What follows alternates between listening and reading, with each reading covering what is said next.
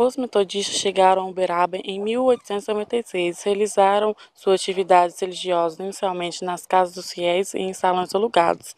Em 1920, adquiriram um terreno no Alto do Fabrício para construir a igreja. O projeto foi elaborado pelo engenheiro civil da missão Dr. J. W. Clay, executado pelo construtora Santos Guido. A inauguração foi em 1938.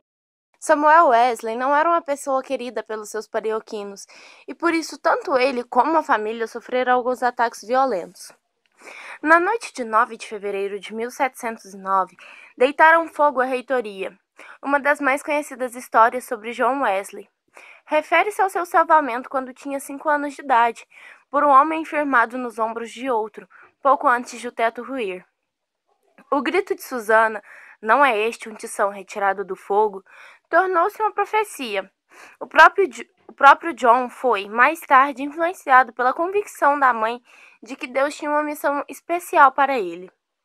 John Wesley viveu na Inglaterra no século XVII, quando o cristianismo, em todas as suas denominações, estava definhando. Ao invés de influenciar o cristianismo estava sendo influenciado de maneira alarmante pela apatia religiosa e pela degeneração moral. Dentre aqueles que não se conformavam com esse estado paralisante da religião cristã, sobressaiu John Wesley.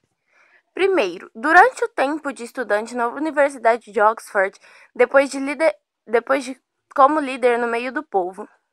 John Wesley pertencia a uma família pastoral que vivia em Epworth, numa região afastada de Londres. Em seu lar absorveu a seiva de um cristianismo genuíno. Movido pela paixão da fé salvadora, o movimento metodista declina o princípio ligado à igreja angliana. Seu crescimento foi rápido. Várias pessoas se juntavam aos metodistas a cada dia para experimentarem a alegria da fé e da confiança em Deus. Isso me faz recordar o início do cristianismo. E perseveravam na doutrina dos apóstolos e na comunhão, no partir do pão e nas orações. Em cada alma havia temor, e muitos prodígios e sinais eram feitos por intermédio dos apóstolos. Todos que creram estavam juntos e tinham tudo em comum. Vendia suas propriedades e bens, distribuindo o produto entre todos, à medida que alguém tinha necessidade. Diariamente perseveravam unânimes no templo, partindo o pão de casa em casa, e tornavam as suas refeições com alegria e singeleza de coração, louvando a Deus e cantando com a simpatia de todo o povo. Enquanto isso, acrescentava-lhes o Senhor, dia a dia, os que iam sendo salvos. Nos meses seguintes, pequenos grupos se encontravam com Wesley para reuniões espirituais e estudos da Bíblia.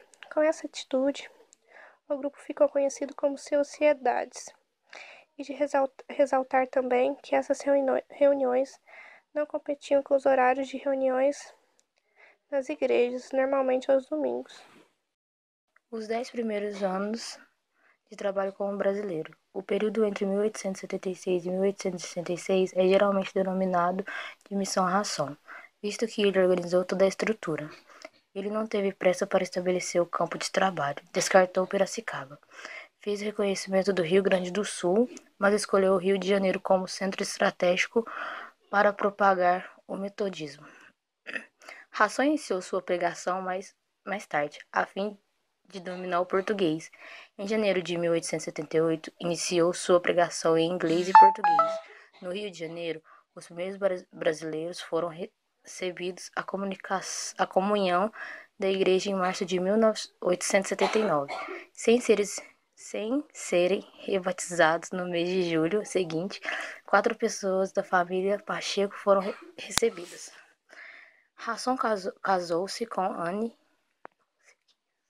no Natal de 1879, que veio a falecer em meados do ano seguinte. Ele regressou aos Estados Unidos em busca de mais pessoas dispostas a contribuir na tarefa missionária no Brasil. Voltou 2 anos depois com James. Todos contribuíram na expansão geográfica da missão e também para a educação. No Sul e Sudeste, a Igreja Metodista foi crescendo no Rio Grande do Sul, em São Paulo, Minas Gerais e no Rio de Janeiro. No Norte e Nordeste, metodismo na Amazônia faz 125 anos. A Igreja Metodista Episcopal do Pará foi a primeira igreja protestante da Amazônia. No dia 1º de julho de 2008, comemoramos 125 anos de fundação da Igreja Metodista Episcopal do Pará. Em 1883, foi a primeira igreja protestante organizada na Amazônia, localizada na cidade do Belém, do Pará. É importante lembrar que a missão na Amazônia já estava no coração do metodismo desde 1835. Os primeiros passos do protestantismo na Amazônia foram dados pelo pastor Daniel Kinger. No entanto, a morte precoce de sua esposa o forçou a retornar aos Estados Unidos em 1839. Somente a partir de 1880 que veremos um trabalho missionário metodista mais constanciado, e em 16 de junho daquele ano, Nelson e o missionário William Taylor chegaram a bordo do vapor Colorado no porto de Belém. Poeira Vermelha.